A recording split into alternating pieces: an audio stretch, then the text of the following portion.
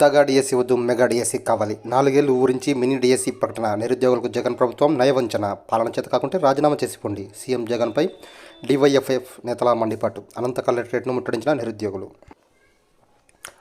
నిరుద్యోగులకు ఇచ్చిన హామీ మేరకు ఉద్యోగాలు కల్పించాలని దౌర్భాగ్య స్థితిలో వైసీపీ ప్రభుత్వం ఉందని, ప్రజాపాలన చేత కాకుంటే పాలకులు రాజీనామా చేసి వెళ్ళిపోవాలని డివైఎఫ్ఐ రాష్ట్ర ప్రధాన కార్యదర్శి జీరా మన్నా మండిపడ్డారు. మెగా డిఎస్సి అని 4 ఏళ్లుగా ఊరిస్తూ చివరకు మినీ డిఎస్సి ప్రకటించారని విమర్శించారు.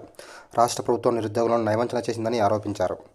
దగా డిఎస్సి వద్దు, మెగా డిఎస్సి కావాలని డిమాండ్ చేస్తూ డివైఎఫ్ఐ ఆధ్వర్యంలో అనంతపురం జిల్లా కేంద్రంలో వందల మంది నిరుద్యోగులు శనివారం క్లాక్ టవర్ కూడలి నుంచి కలెక్టరేట్ వరకు నిరసనగా ర్యాలీ నిర్వహించారు.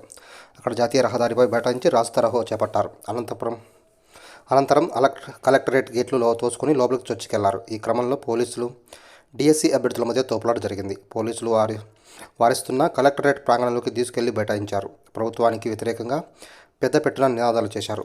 ఈ సందర్భంగా మాట్లాడుతూ మెగా డిఎస్సి అంటూ జగన్ ప్రభుత్వం మోసగించిందని ఆగ్రహం వ్యక్తం చేశారు. వెంటనే జీవో 117ను రద్దు చేసి ఎస్జిటి పోస్టులన్నీ భర్తీ చేయాలని డిమాండ్ చేశారు. తిండి తిప్పలు మానుకుని వేలు వెచ్చించి కోచింగ్ తీసుకున్నామని, డిఎస్సి కోసమే వేచి చూస్తున్నామని అభ్యర్థులు ఆవేదన వ్యక్తం చేశారు.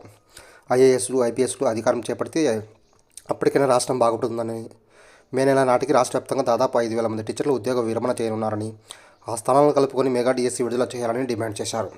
లేని పక్షంలో తెలంగాణ తరహాలో ఏపీలోనూ రానున్న ఎన్నికల్లో జగన్కు రిటర్న్ గిఫ్ట్ ఇస్తామని హెచ్చరించారు.